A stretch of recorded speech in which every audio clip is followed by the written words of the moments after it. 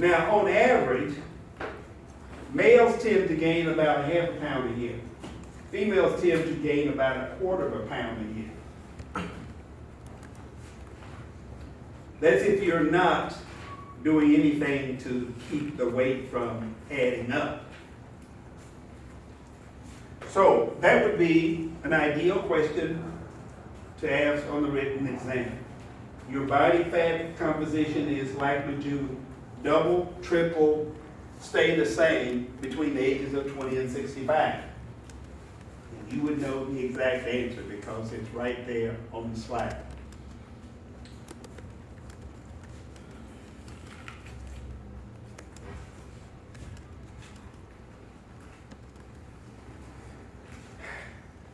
Diabetes mellitus, or the disruption of glucose metabolism. You have a type 1, type 2 diabetes, you have gestational diabetes, and then one other factor to consider is pre-diabetes.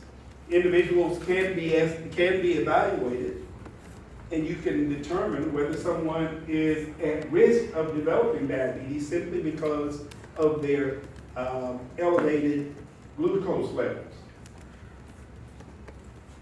Type 1 diabetes, is it more common in children or adults?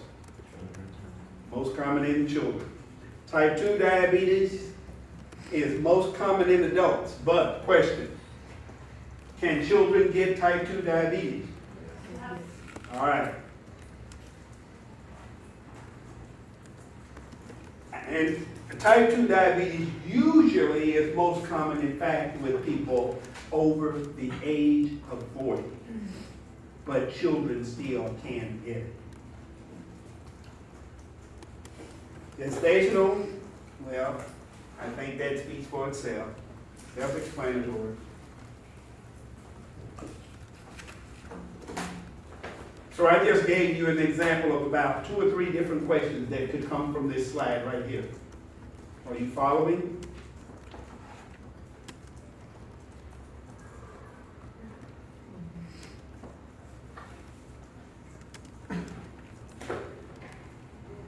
So if I ask you the question, type 2 diabetes is most common with individuals in their teens, 20s, 30s, or over 40s, you would have an easy answer.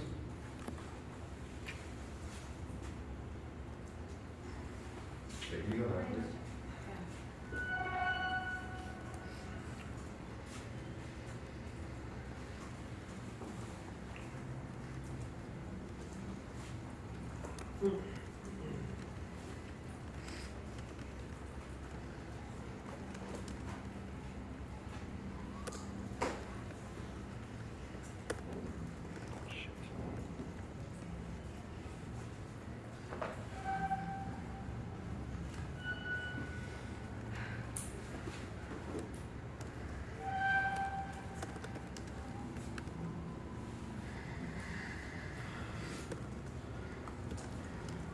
You got that one? All right. All right. Scan through those. Have any of you ever experienced any of those? Possibly. I'm reminded of the day when I started feeling this one. Tingling in my hands. But fortunately, I work around athletic trainers who deal with individuals, athletes who get injuries, and sometimes injuries lead to tingling. So when I ask our athletic trainer, hey, what's the deal when I feel this tingling in my fingers? And his first response is, there's something going on in your C5 or C7 cervical vertebra. So I go to the HMO to have it checked out, get an x-ray. They tell me you have a compression fracture in your vertebrae. Then they ask, do you know how you did it? Compression fracture usually from a pretty hard collision that puts excessive pressure on the vertebra. So I think I was able to track it back to playing basketball and standing in to take a charge in basketball. It just so happened the guy who was charging was 265 pounds. And he was driving to the basket and he just goes up and just slams into me. As I'm down like this, my head gets pushed back and it created compression fracture in my neck. Now, when I looked it up, it's like, okay, so what does that mean?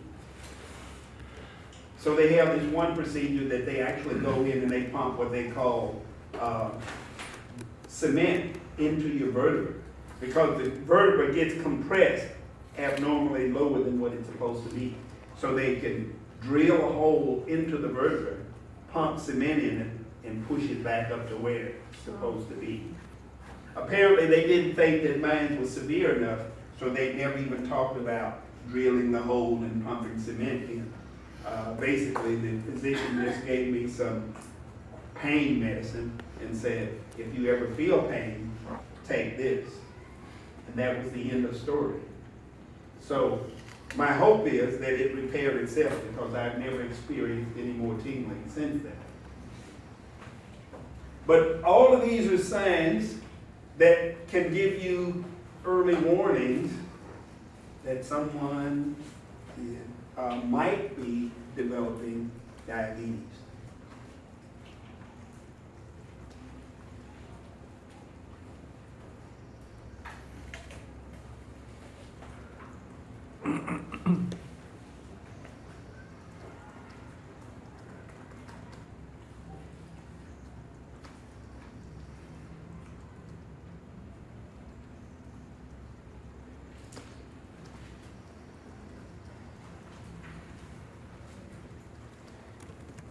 Location of fat in one's body. It is critical, depending on where that fat is located, it is going to likely make you more coronary prone if it's located in certain areas.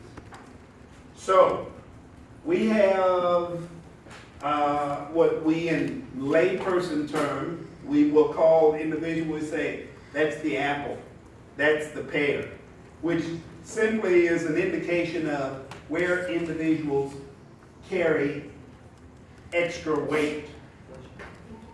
You have the apple, which would be also referred to as the android types. Android types carry most of their weight above their waist. So you can just about guess. If you're asked the question, is it male or females who are more likely to be android? You would simply say males. All right. Pear-shaped means that they tend to carry more of their weight below their waist. In this case, would be females. And usually when you carry most of the weight above your waist or closer to your heart, it increases your risk of coronary heart disease. Anytime you carry a lot of weight, and especially excessive fat, near to the heart, it is going to increase your risk of coronary heart disease.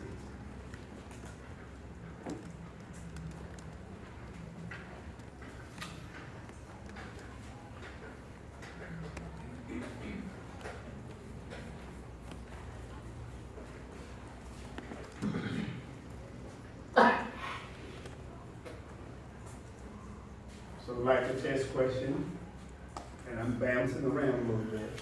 If I ask you on the test question, males are likely to add, after the age of 20, approximately how many pounds of weight per year? Half a pound per year, okay. Just want to make sure that you are paying attention to these sample questions.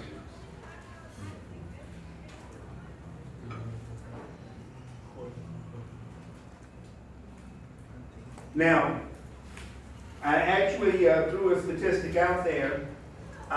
What percent of women die from coronary heart disease compared to men prior to menopause?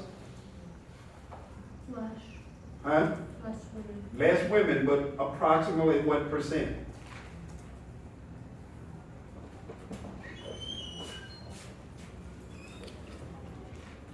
I'm gonna come back to this, but let me just back up and see if it's maybe it's, no. It's not on that one. We'll be right back.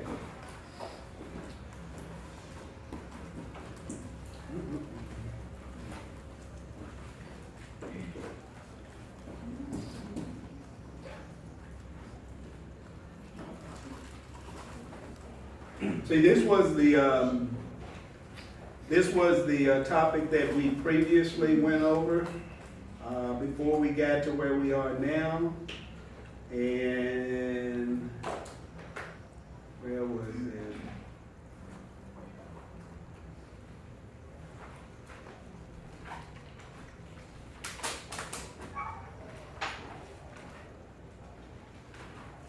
All right. Remember that slide? Oh yeah, now I remember. What percent of women? 6%. Huh? If it's 6 out of 100, that's what percent? 6%. 6%. Men, on the other hand, 13 out of 100 or 13%. And keep in mind, that's actually more applicable prior to menopause for women. All right, just so that you will have that little statistic.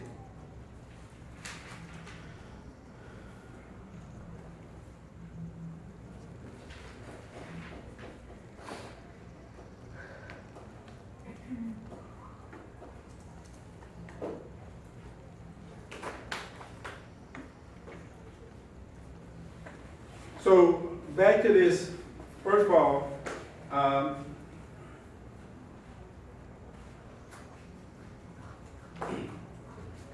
when you think about where people actually carry weight, so males and females both have, quote, a preferred fat storage area.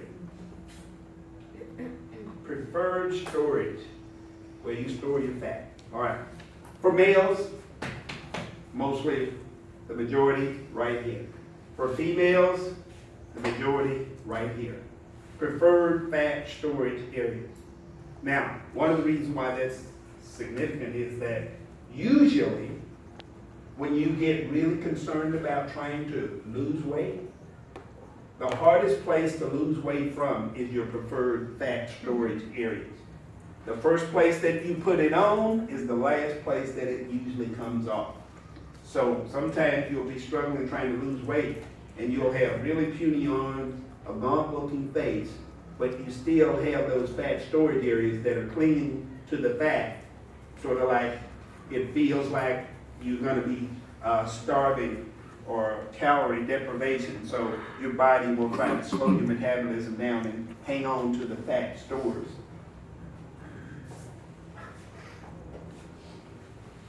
It might come as a surprise to you. What if this is a question? The leanest members in our society eat more calories than anybody else. Does that make any sense? Yeah. Why? They're more physically active. They're highly active individuals. So you have a guy like Michael Phelps who says he eats 12,000 calories a day. Now he'll probably eat another 5,000 calories because of what? You already hear the news? Olympics? No, he has a newborn child. Don't they take a lot of energy? Yeah, anyway, highly active individuals. So I know when I was running track and playing football in college, I ate about 5,000 to 7,000 calories a day. I always, fortunately, I had a job in the dining hall, so I could just kind of eat whenever I wanted to, anytime I was in the dining hall. It's a good job to have if you eat a lot. So the leanest members actually consume the most calories. but they burn the most calories.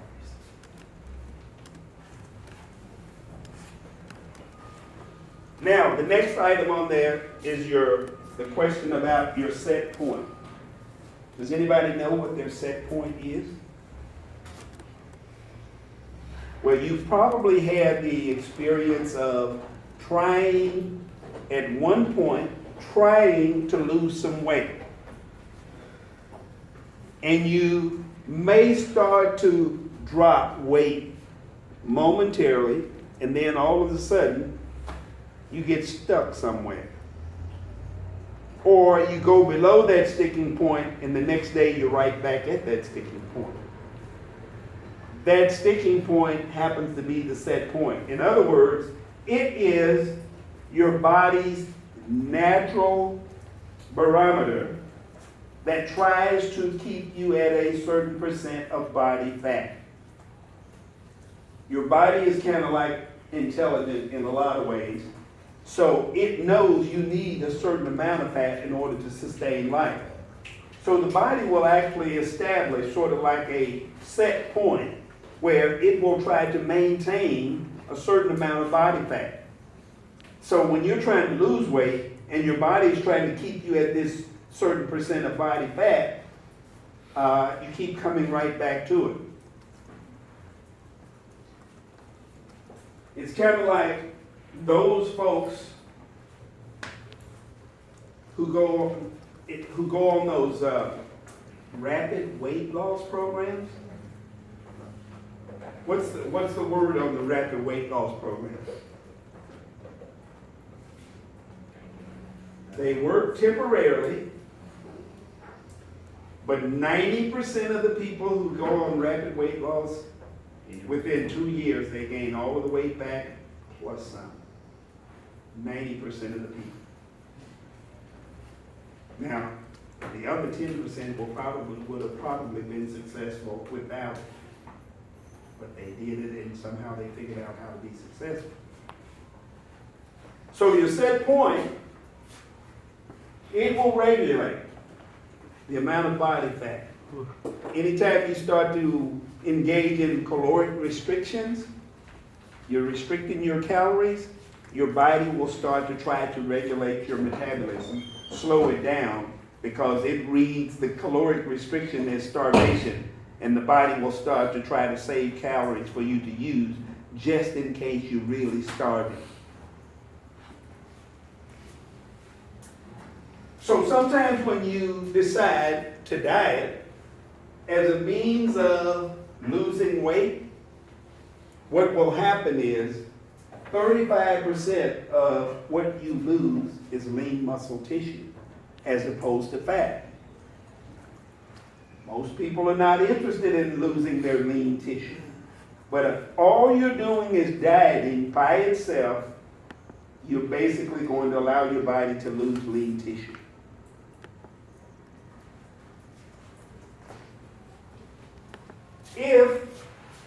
Even if you didn't control or manage the diet, but you engaged in appropriate and sufficient amounts of physical activity, 90% of what you lose will be fat tissue.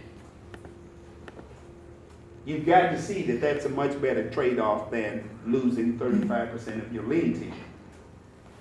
So you want to lose fat, you engage in exercise, 90% of what you lose is fat. All right. The best case scenario is if you combine diet and exercise, 95% of what you lose is fat loss.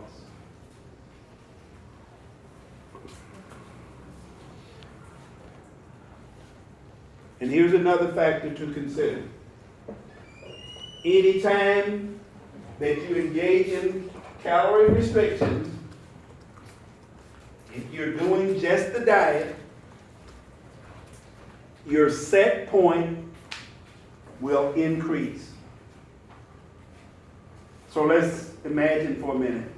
Your set point may have been, your body may think you need 15% body fat to sustain you. You start to engage in a diet and no exercise, your body will feel that it's being starved and it will move the set point higher. Maybe it might move it to 17%. And moving it higher simply means that it will actually start to slow your metabolism down. So, diet makes your set point go up, trying to maintain a higher percent of body fat. Exercise causes your set point to go down. So, you might start out and your body might feel like it needs 15% body fat.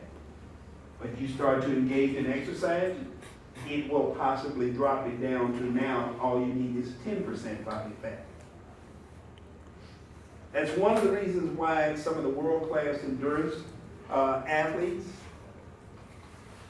males have body fat as low as 3 to 5%, which is the recommended minimum, and females, lots of females, around 5 to 7%. Because the high level of endurance activities push their set point much lower.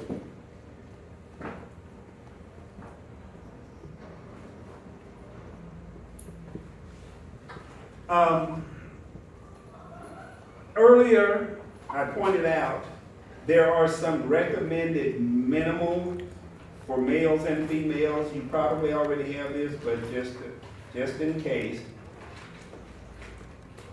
For women, the recommended minimal or lower level for body fat is between 8 to 12%, meaning it should not go lower than that. For males, it's 3 to 5%.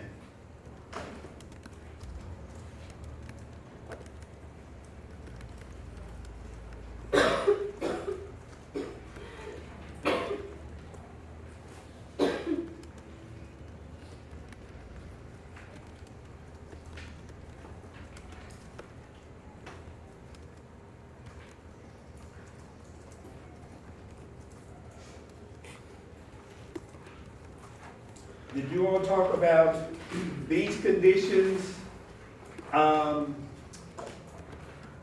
abnormal eating patterns and the effect of anorexic, bulimia, etc.? Well, in the athletic world, when females have very low percentages of body fat, it also leads to what is referred to as the female triad, in that it can lead to abnormal eating patterns, amenorrhea, or premature osteoporosis.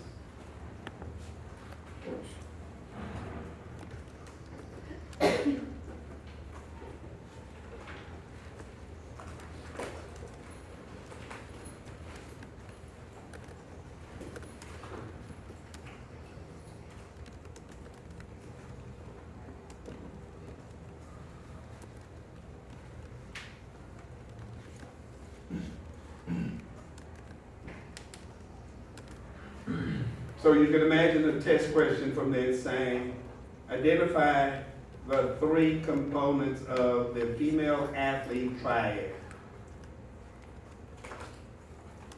Or you might have 5 choices, and one of these may be the choice, or all of the choices may not be one of the necessary choices.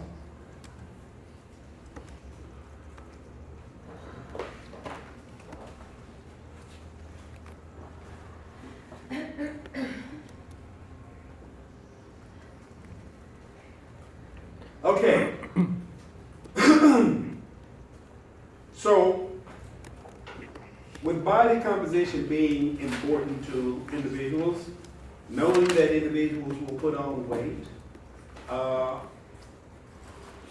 if you want to try to regulate, manage where your body composition is, there are some different methods that have been identified over the years.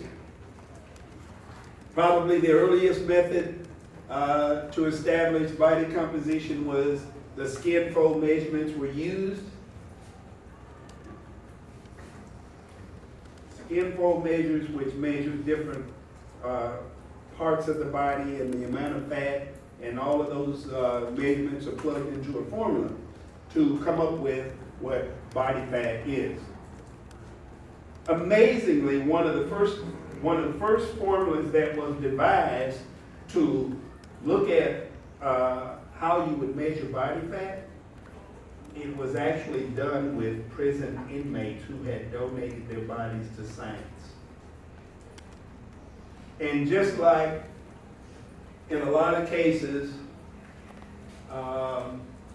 like it wasn't until like the early 90s that a lot of the drug companies who did testing actually started doing testing drugs on females and males. But before the early 90s, most drug testing was done primarily with males. Because drug companies had an attitude that females had too many other things that would affect the outcome of the testing. Now, while they wouldn't test with females, the drugs, they would always make the drugs available to females if it was approved. So females had to just kind of run the risk to see what it would do to them because they were not usually testing with females. So this first formula was actually done on prison inmates. And in the case of this formula, all of the prison inmates that they did, basically when they died in prison, they dissected these individuals' bodies. And they did an assessment of where most of the fat was found in the body. And based on the location of the fat in the bodies of these inmates who had died, they devised a formula. Now, I don't know if you've ever been in a prison before. I don't mean like incarcerated, but I'm talking about to see what life looks like on the inside. But prison life is a little bit different than life out in the real world.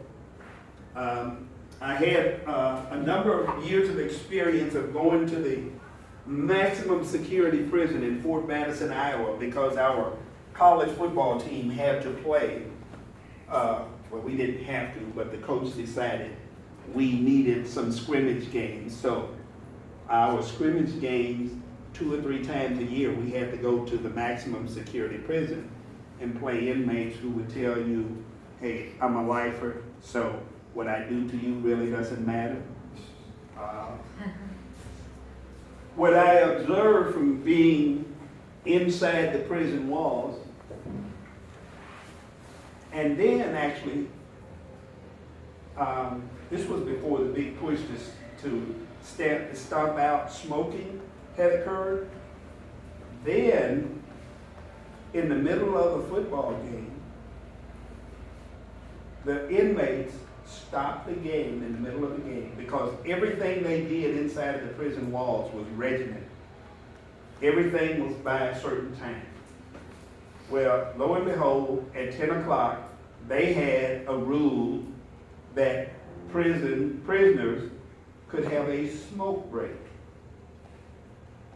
So imagine in the middle of a football game, somebody calls a timeout, and instead of the water boy bringing water out, they bring out a carton of cigarettes and start passing out cigarettes to everybody.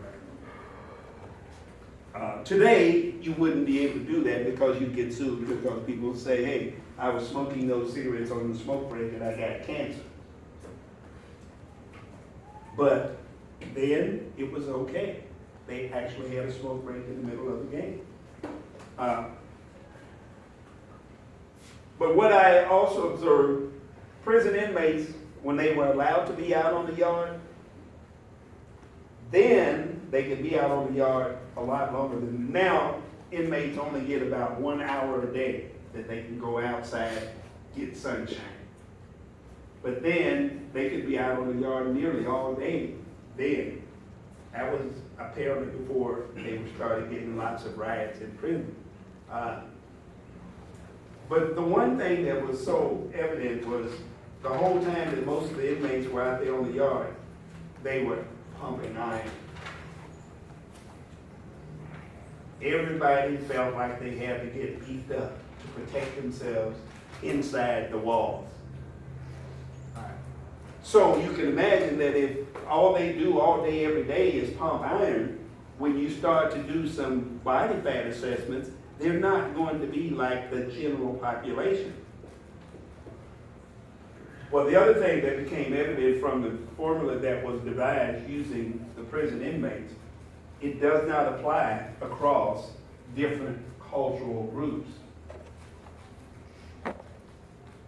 You know, like if one culture, if all they eat in one culture is fish and vegetarian stuff, or vegetarian stuff, and in another culture, if all they eat is meat, potatoes, and bread, there might be a difference in the amount of body fat across the cultures. Because when I was a graduate student, we applied the formula that was used, that was devised using the prison inmates who were all whites. When we used that formula to try to establish my body composition when I was a graduate student, it came back a negative 3% body fat. That simply means you're on your way to death if you're not already dead. So, the formulas early on could not be applied across different cultural groups. So you had to make some kind of adjustments for populations, different populations. Probably one of the most accurate methods out there would be underwater weighing if one knows how to do it. I guess, Corey, did you take 155 in our department? Remind me with that number. Exercise physiology? I did take that with Dr. Caesar. Yeah. Yeah, You all didn't do any of the underwater weighing? we did. He did a demonstration of that. Okay. All right. So that would be, what about this next one, the bond pod? Did you all ever do that one? He didn't. He talked us through that, and he showed us a video. But I don't know if we have one of those on campus, do we? Yeah, we do. We actually have one in our department. Oh, okay. I don't think it gets used that much. Okay, yeah, he didn't show us exactly. Well, this one, the hydrostatic weighing or underwater weighing, is one of the most accurate methods to measure body fat. Unfortunately, it's time consuming. I mean, you want to submerge an individual in water. You want to get them to expel all of the air out of their lungs, because your lungs are like an inner tube. They have air. And you know what? When you throw an inner tube in water and it has air, it makes it float. You have to be able to try to expel as much air out of your lungs as possible so that your body will sink into the water. My cousin was a kidmate here, and I actually was her participant for hydrostatic weighting. Oh, okay, yeah. So, in the height, once you expel all of the air, your body sinks in the water and it displaces a certain amount of water, and then you can establish what body composition is. I'm reminded of when I took my WSI training in graduate school. We had one female in the class who could not go to the bottom of the pool. Could not swim to the bottom because she was like a cork that popped right back up. She didn't displace enough water in order to sink to the bottom. But myself and a gentleman by the name of Sidney Thornton, 6'2", 240 pounds, we were the sinkers. Get on the water, go straight to the bottom of the pool. Sidney Thornton happened to be fullback for the Pittsburgh Steelers when he left school. He was the guy that I had to tow around the swimming pool for 1 hour and 15 minutes. Imagine swimming in a swimming pool and pulling a body for 1 hour and 15 minutes. We had an instructor who was a 25-year Navy veteran, had been on the water pretty much nearly a third of his life. And so he wanted to expose the civilians to the kinds of things that they did when they were at sea. It creates lots of muscle cramps when you have to pull somebody for an hour and 15 minutes. But the objective was to get you to know that you could save a person if you had to. The other little gimmick that he used was crossing your feet, putting your hand behind your back, tying your feet, tying your hand, pushing you off in the deep end and telling you to save yourself. Well, for the person who's like a cork, who pops up, can't go down to the bottom, all she did was just lay on her back and she was just floating on top of the pool like an inner tube. As soon as I was pushed in, I went straight to the bottom. So your hands are tied, your feet are crossed and tied, you can't use them. How do you save yourself? 2 items I remember. If your lungs is like an inner tube, put as much air in your lungs as possible. It might help you float to the top. That did it for me.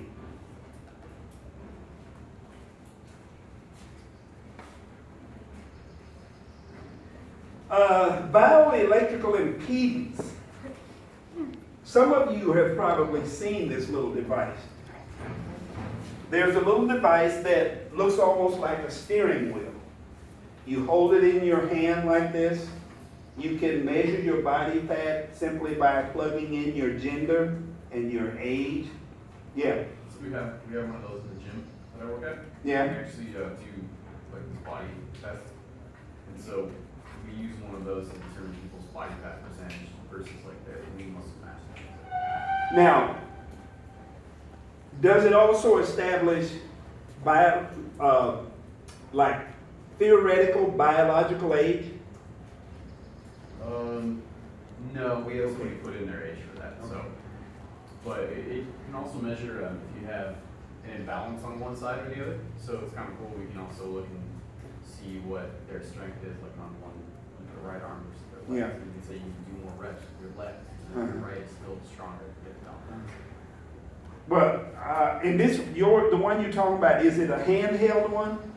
Because we have a scale in our department. You stand on the scale, and it'll actually give you your theoretical biological age. In other words, it will try to use all of these different factors, like your gender, your age, your weight, your body fat, and it will give you a predicted biological age.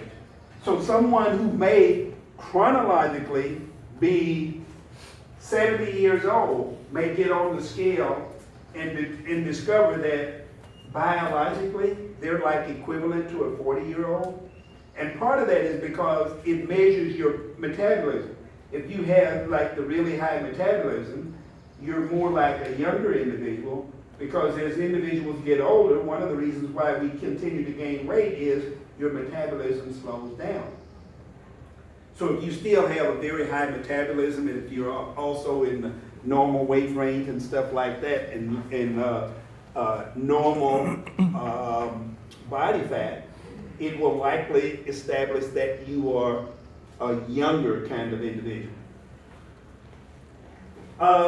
One of the things about bioelectrical impedance, how can you influence that up or down? What can you do that might make it go, your body fat read out to be higher or lower using bioelectrical impedance? Your height. No, I mean something that you can actually manipulate that might have an outcome on the test. Bioelectrical impedance, yeah. About water. Huh? About water. That's the key. Bioelectrical impedance is an electrical current. So when you hold this little device here, you push the button to start testing, there's an electrical current that leaves one hand, travels through your body to the other side, and comes back. And the time that it takes for that electrical current to go over and back, that's what's plugged into the formula to figure out body composition. Well, when you have a higher level of hydration in the body, Water conducts electricity a little faster. It moves faster on water. So when you have a high level of hydration, that current is going to move faster, which is going to say that you have a lower percent body fat. That's one of the reasons why, when you think about what percent of lean tissue is water, this was in the discussion that we had on water and temperature consideration.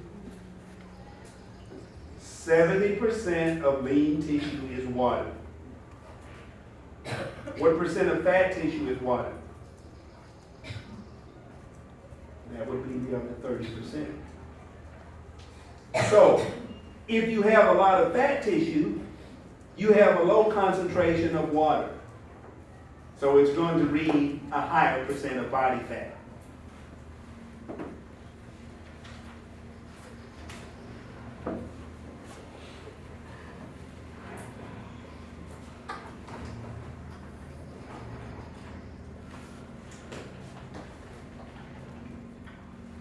All right, so if you want to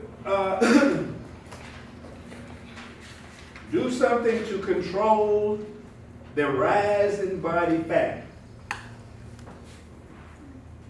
clearly, regular physical activity, primarily endurance exercise.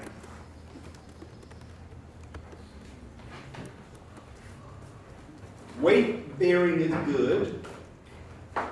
Now, I may have said to you, over time, you might want to start thinking about what's going to be your less impactful kind of activity, because physicians will often recommend to older individuals to get something that doesn't create so much impact. You know, like jogging can get to be pretty tough over time for individuals who jog throughout life. So something that's less impactful would be something like swimming, cycling, walking, that kind of stuff. But if you're really trying to manage weight, you need at least 60 or more daily minutes of physical activity. But really, in order to make your weight come down, you need probably 60 to 90 minutes, at least 4 days a week. And one of the neat things about that is you don't have to always do all 60 or 90 minutes at one time. You know, like you might do 45 minutes in the morning, 45 in the evening. But again, if you are managing with the activity and you're combining with that the diet portion, you should be able to really manage and keep the weight in check.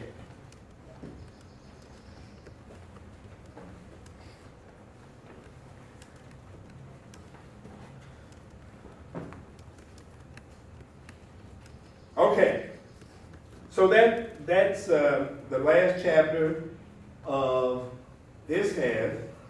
So just to give you a snapshot of what now we focus on for the test,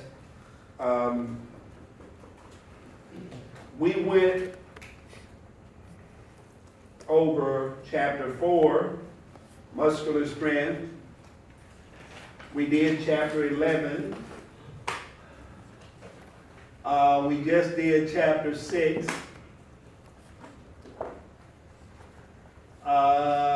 Chapter 12.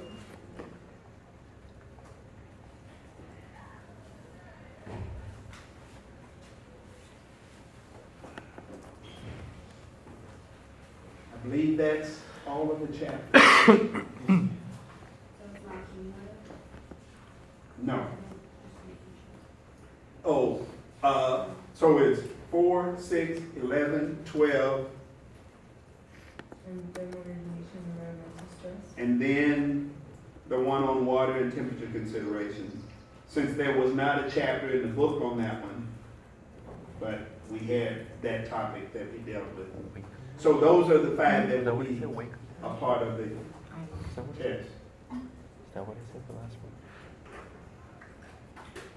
we will be meeting right here.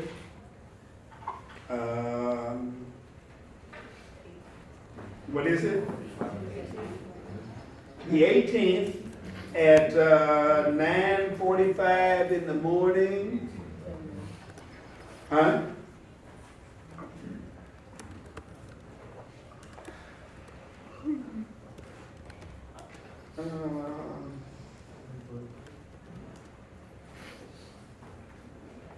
I see your hand up. I'm gonna get to you in a minute. Hold on.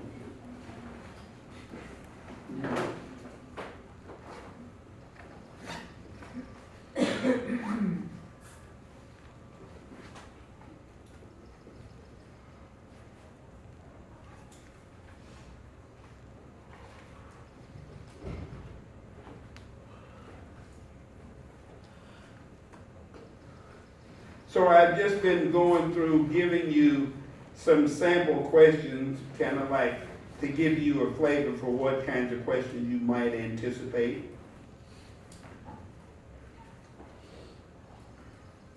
Final exam, 9:45 a.m. Okay.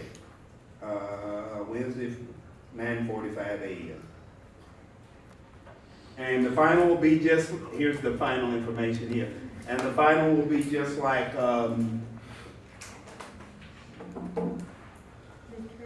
the midterms, yeah. All right. Now, the one last item I need to, this is an administrative thing I need to do. Let's see. What is it?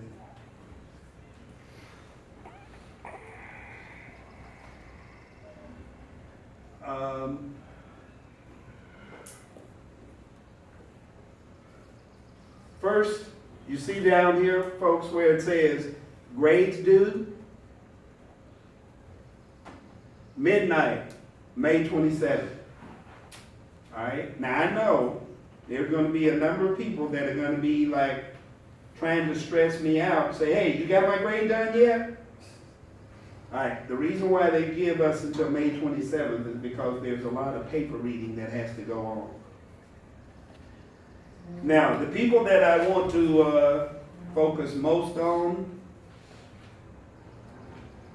are those people who will be graduating, walking the stage. Let's see.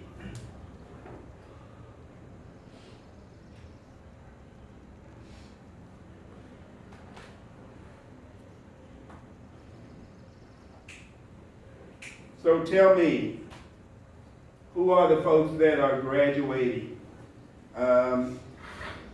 Say something when I hit your name. You're not graduating, Lionel?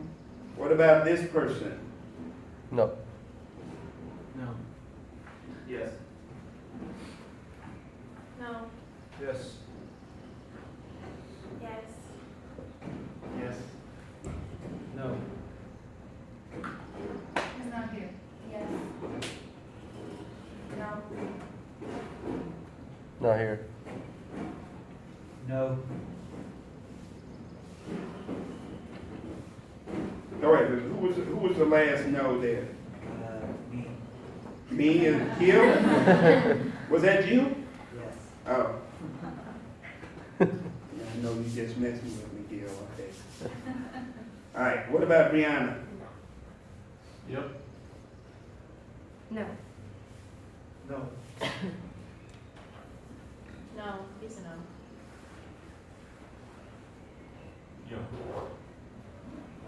No? No. No. Hopefully, yes. Hope